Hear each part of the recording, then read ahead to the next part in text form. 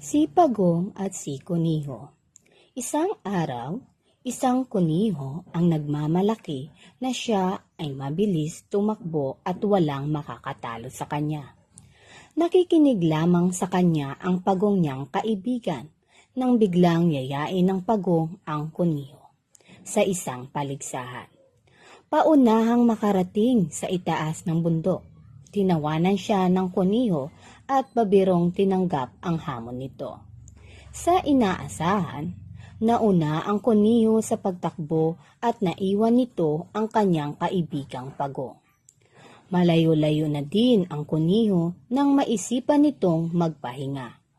Hindi akalain ng kuniho na matyaga at tuloy-tuloy pa rin ang paglakad ng pagong. Nang nagising ang kuniho, dali-dali itong tumakbo upang tapusin ang paligsahan. Laking gulat niya nang makita ang pagong sa itaas ng bundok. Naunahan siya ng matyagang pagong. Nanalo ang pagong sa paligsahan.